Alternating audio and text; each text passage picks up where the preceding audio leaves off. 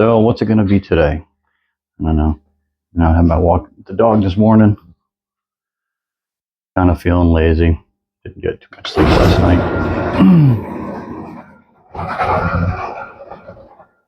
Some stuff I need to do, but nothing major.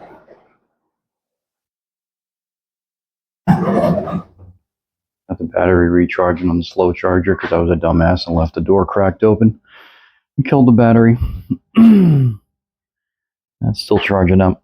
I got it up and I used my battery tender to bring it back up. And it's been charging for about, I don't know, a few hours. It's holding juice, so it's a new battery, so hopefully it'll take that cycle. Normally, flooded lead acid batteries like that, once you discharge them fully and recharge them, it really shortens their lifespan. So we'll see how that battery lasts out. Should be on the warranty if it doesn't. One thing I want to do, I'm going to be taking this on today, is redoing this hood scoop. I like the shape. I'm good with it. The only thing I do wish is that, especially viewing it with the hood open, is I'd love to be able to cover up some of this. I'm thinking about making a secondary lower cover out of carbon fiber to kind of clean up the top of the intake and just come down to about maybe here. Just to kind of leave the fuel rails exposed and all that stuff. And this top has gone through a couple of iterations. The last time I went in, I stripped it down to steel again, because this is just sheet steel. And I built a standoff so these bolts would be equally spread out and not centered or off center. Because if you remember, this motor is off center in the bay, but the opening in the hood is centered. So I split that out so it looks a little better. And I added some steel in. I welded in some finish panels to close in the front. And then I closed in the back as well. So when you're sitting in the driver's seat, you're not just looking under that lip of sheet metal. And with the hood closed, you just see that black wall right there. So that needs to be cleaned up a little bit more, but it's proof of concept it works. Badges, I don't know. The X is really obnoxious. I may just cut that off and replace them with just a red LS. I do kind of like the red LSs on the corner, but I think the X is just too obnoxious. So I mean, that's what it's kind of next on my to-do list, but it's not a big priority. I don't know. We'll see. It's already hot as balls here this morning, so I don't know how much I got in me. And apparently it's breakfast time. Here comes my buddies. Comes my family. Comes a three-piece. This is definitely the male up front. He's the most assertive. Oh, what do you got down here, kid? What the? Oh, we got a whole group. We're going to see a turf war here in a minute. I don't know what that is he's got. This is the male and the young from last year. One of the young didn't make it. And I think that's the female. I don't know who these other two guys are. Oh, yeah. Well, let's get them see if we get them some breakfast.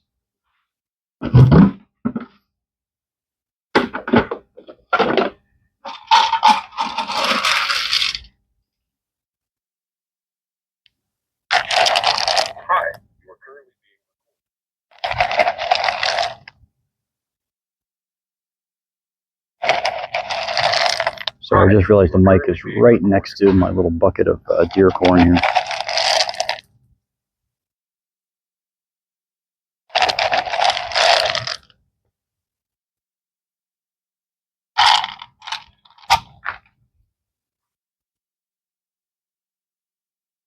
And then first I switched across to lefty, and now my stupid finger's getting in the way. But I'll just put the bucket away. These guys are chowing down. At least one of them is. My family is feeling very neglected over here. I may just go grab a scoop and throw some on this side. I wouldn't throw it on my neighbor's property, but the long grass is my neighbor's property. The short grass is mine. So okay, yeah. See, Papa's hungry here.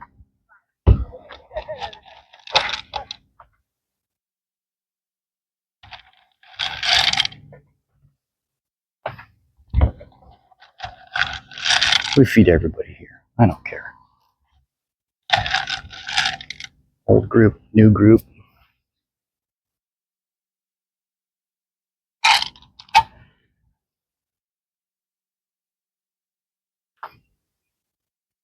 They're having breakfast. They're having breakfast.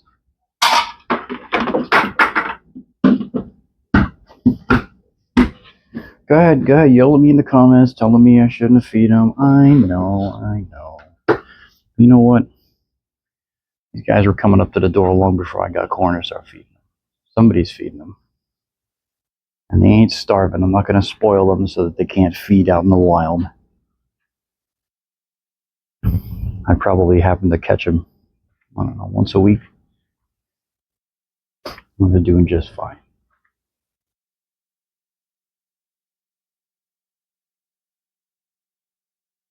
And I think it's kind of neat having wildlife this up close. I'm not trying to pet them or anything stupid or make pets out of them. So just chillax there, Karen.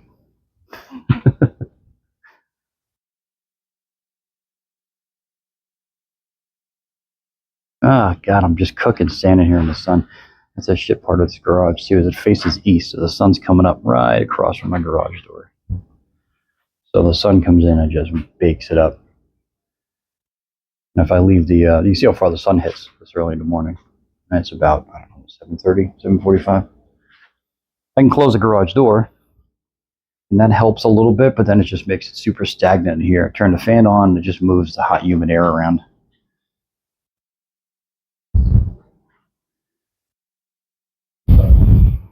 At least I'll come sit out here and drink some coffee and have a cigarette. Not stinking the house up.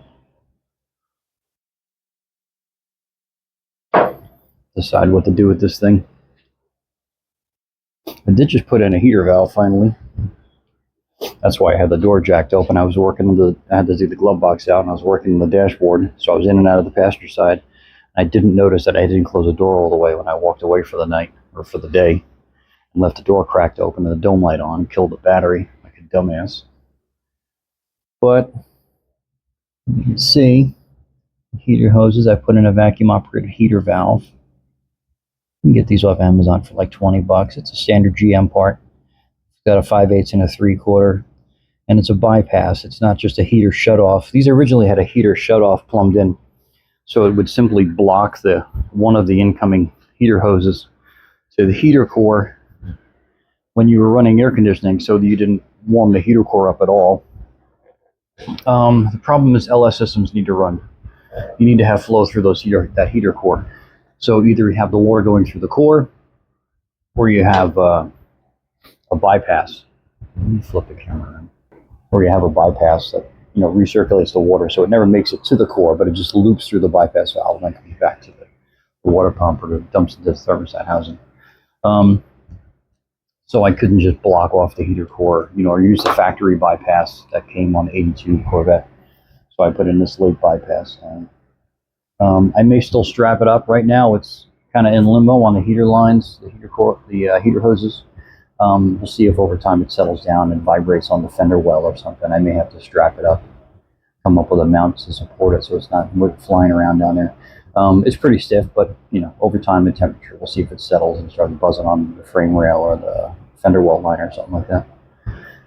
And since this car originally had a vacuum operated heater shutoff valve, I just simply had to rerun that line and run it down to the new valve, so that when you're over to the left side of the temperature control when you're over to the cold side of the temperature control, it actually hits a vacuum switch up on top of the heater box and shuts off. It operates that valve, which takes the heater hose flow that's going through the heater core and just loops it back out. So it never actually makes it through the heater core, or not in any significant volume that it would warm the core up. Because these earlier systems, the temperature door in the AC box, redirects biases towards the evaporator or the heater core, depending on whether you want cold air or hot air. But there's almost always flow through the heater core. And so, you're kind of fighting yourself. You've got the evaporators at 30 degrees or 35, 40 degrees, and you've got the heater core running at 200. So, who's going to win that battle? even if the AC is cranking, which it does in this car, the heater core is still going to warm that up. So I end up with a net outlet temperature in the dashboard somewhere in like the 50s and 60s, which is, you know, it's fine when it's 100 degrees out, but it's not that hot. You're at 85 degrees, 25-degree differential coming out of the dash vents is okay, but I'd much rather have that dash vents blowing in the 40s rather than the high 50s or 60s. So once the battery charges up, I'll be able to start it and check that all out. I've already had it running with the heater valve in. I did that part first and pressure tested it and refilled the cooling system and all that. I need to verify that that valve swings back and forth with the switch up on the heater box.